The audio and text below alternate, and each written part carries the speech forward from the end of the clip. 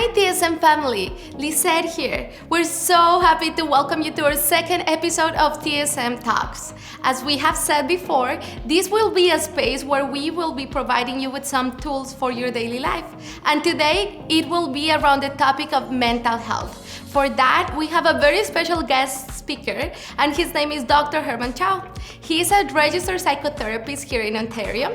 He also has a private, vibrant practice in Mississauga and online. Dr. Chow is currently an adjunct professor of counseling at Tyndall University and a seasonal instructor in the University of Guelph. Herman also provides with training and supervision to many psychotherapists around North America. Welcome to TSM Talks, Dr. Herman Chow. Hi guys, I'm here to speak about managing your depression today.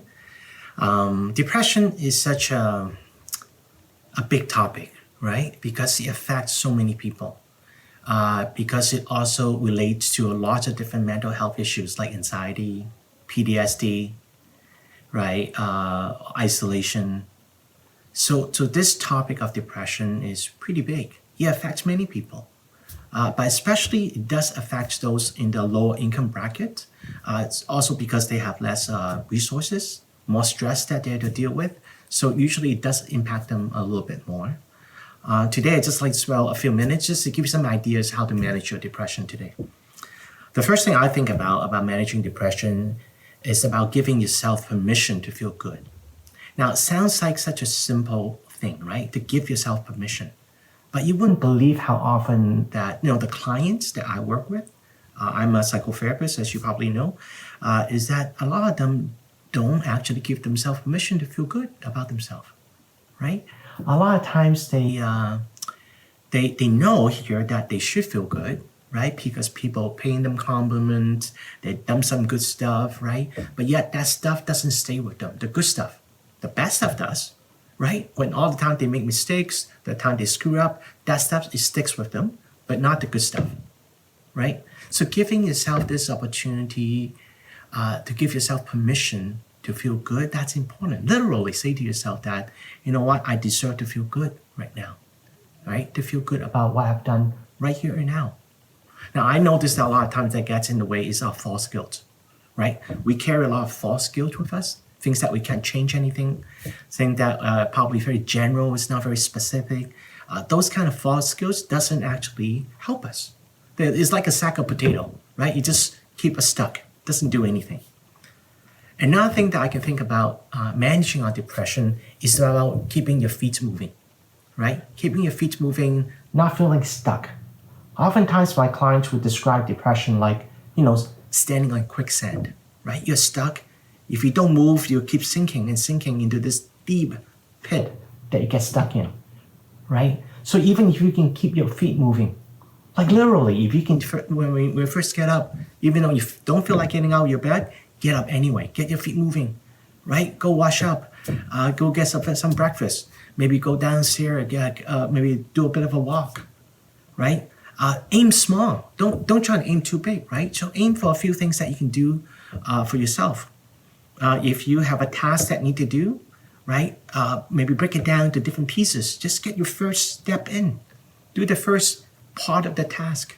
You'll feel better, right? I've oftentimes noticed that the hardest step is the first step in any project. If I can get my feet moving, I usually end up completing it.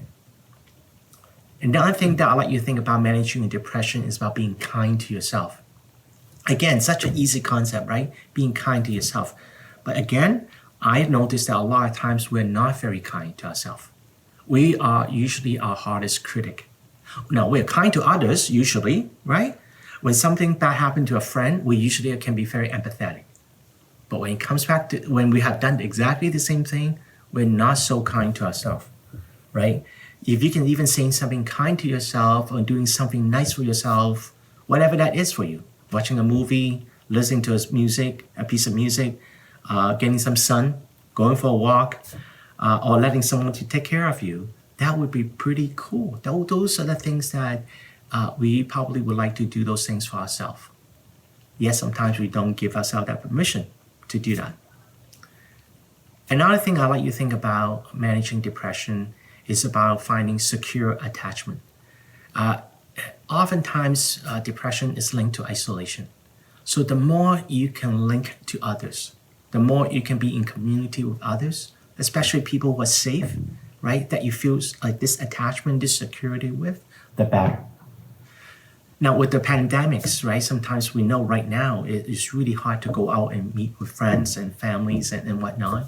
Or perhaps sometimes in my own community, we just don't have kind of people, right? So we're doing the best we can, right, under the circumstances. But we know having secure attachment is so important in this, right? Sometimes even conjuring up an image of a past attachment figure will be helpful.